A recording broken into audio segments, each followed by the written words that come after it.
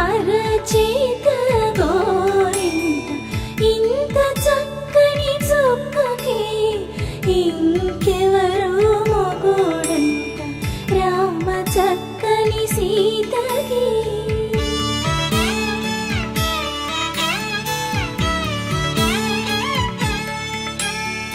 పుడత వీపున వేలు విడిచిన పుడమియల్లుడు రాముడే,